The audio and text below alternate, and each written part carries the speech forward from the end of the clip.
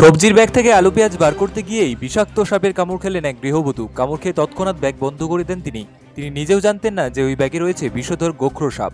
এরপর বাড়ির লোকের সহায়তায় সোজা চলে আসেন Cooch Behar MJN medical college and হাসপাতালে। ঘটনার বিবরণ শুনে হাসপাতাল কর্তৃপক্ষ তৎক্ষণাৎ তাকে সিসিইউতে ভর্তি করেন। মহিলার বাড়ি বলরামপুরে হলেও অত্যন্ত বুদ্ধিমত্তার পরিচয় দিয়েছে তার পরিবার, কারণ উত্তরবঙ্গে যে সমস্ত বিষধর সাপ দেখতে পাওয়া যায় তাদের মধ্যে অন্যতম এই গোখরো সাপ। WHO গাইডলাইন অনুযায়ী এই সাপের কামড়ে 100 মিনিটের মধ্যে যদি রোগীর চিকিৎসা ঠিকমতো না হয় তাহলে সেই রোগীকে বাঁচানো মুশকিল হয়ে পড়ে। বরাজ্যর মহিলা বর্তমানে অনেকটাই সুস্থ। আমরা শুনে নেব ওই গৃহবধূকে কি করে এই বিষধর সাপটি কামড়ালো, তার স্বামী দীপঙ্কর দে কি বলছেন এই বিষয়ে শুনবো। কে সাপে কামড়েছে তিনি আপনার কে হন? আপনার ওয়াইফ। ওনার নাম? মানসী সরকার। আর বয়স? বয়স 30। আপনার বাড়ি কোথায়? বলরামপুর। বলরামপুর। আচ্ছা, কিভাবে সাপটা কামড়ালো? বাড়িতে ওই বাজার করা ব্যাগগুলো ছিল, ব্যাগের মধ্যে আবার কালকে বাজার করেছিলাম, তো সেই ব্যাগের মধ্যে আমার ওই আলু পেঁয়াজগুলো ছিল, বের করা হয়নি আর কি। ওটাই বের করতে দুপুরে রান্না করতেছিল, সেটা হাত দিয়ে বের করতেছিল। দেখেনি, বের করতে গিয়ে সেটা হাতে কামড়, বের করতে গিয়ে সফট করে সাপটা কামড় দিয়ে দেয় হাতে। সে দেখতে পারেনি সাপ না কি আছে, কি কামড় দিছে সেটা পরে বললো।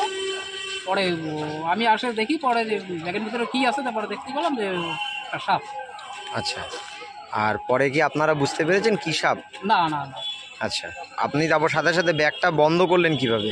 ব্যাগটাকে ওইভাবে দেখি ভিতরেই আছে ওইভাবে, আমি ওর সাথে সাথে ব্যাগটাকে চাপা দিয়ে সাথে সাথে আমি রশি দিয়ে পরে বাদ দিয়ে হসপিটালে নিয়ে আসলেন। আচ্ছা, আর বলরামপুর থেকে কি আপনারা অন্য কোনো হসপিটালে গেছিলেন? Direct Cooch Behar MJN. আচ্ছা, কতক্ষণ আগে ভর্তি করেছেন? এই 8 ঘন্টা 45 মিনিট হয়ে গেছে।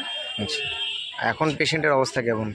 পেশেন্ট আছে সিসিইউতে অ্যাডমিট। এখন আগের থেকে বেটার, তাই? আছে, ইমপ্রুভ আছে এখন। আমরা শুনে নেব এই বিষয়ে সর্ববিশেষজ্ঞ অর্ধেন্দ্র বণিক কি বললেন। সঠিক মূল্য ও গুণগত মান সমৃদ্ধ ওষুধের নির্ভরযোগ্য প্রতিষ্ঠান Cooch Behar wellness pharma care retail shop. এছাড়াও এখানে general physician, gastroenterologist, kidney, skin, orthopaedics এর মতো স্বনামধন্য চিকিৎসকের দ্বারা উন্নত মানের চিকিৎসা এবং সুপরামর্শ নেওয়ার সুবিধা উপলব্ধ রয়েছে। যোগাযোগ করুন wellness pharma care, silver jubilee road, taxi স্ট্যান্ডের নিকটে, কোচবিহার। যোগাযোগের নম্বর 8527267831 এবং 9635010779। এখানে হোম ডেলিভারি সুবিধা রয়েছে।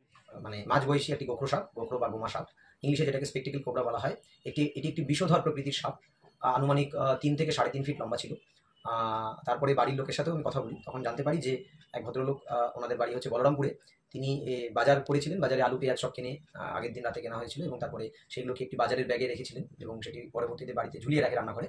এবং আজকে আনুমানিক 2-2:30টা নাগাদ তার ওয়াইফ, 30 বছর সম্ভবত বয়স ওনার, তো তিনি রান্না করার সময় ওই যেহেতু ওই বাজারের ব্যাগের ভেতরে যখনই হাত দেন আলু পেঁয়াজ বের করার জন্য, তখনই তার হাতে সাপটি কামড়ে দেয়।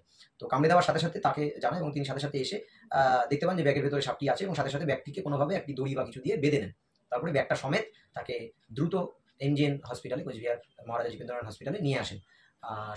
এবং যেটুকু জানতে পারলাম যে মহিলাটি এখন আগের থেকে অনেকটা স্থিতিশীল, কিন্তু এখনও উনি সিসিইউতেই অ্যাডমিট আছেন, কিন্তু আগের থেকে নাকি একটু বেটার কন্ডিশনে আছেন। আর সাপটি সাথে সাথে আমি সেখান থেকে উদ্ধার করি। এবং কিছু লোকজন সাথে সাথে ভিড়ও হয়ে যায় সাপ দেখার জন্য বা সাপ নিয়ে জানার জন্য। লোকজনকে একটু ছোট্ট অ্যাওয়ারনেস করি যে এইভাবে বর্ষাকাল, যেহেতু বর্ষাকাল, এখন বিভিন্ন জায়গায় এইভাবে সাপের আনাগোনা একটু বেশি দেখা যায় এবং অনেক জায়গাতেই সাপ ঢুকে থাকতে পারে, লুকিয়ে থাকতে পারে। তো যখনই কেউ যাতে চট করে কোথাও না হাত দেয়, দেখে তারপরে সেইখানটায় হাত দেওয়া উচিত, চট করে কোথাও হাত দেওয়া উচিত নয় এবং আলো ব্যবহার করা উচিত। তো তার পরবর্তীতে সেই সাপটিকে উদ্ধার করে, সাপটি যেহেতু সুস্থ অবস্থাতে ছিল, শহর থেকে দূরে একটু ফাঁকা জায়গায়, ঝোপঝাড় যেখানে আছে, যেখানে বাড়িঘর নেই, সেই সব জায়গায় সাপটিকে ছেড়ে দেওয়া হয়। Bureau news, ABN 24/7।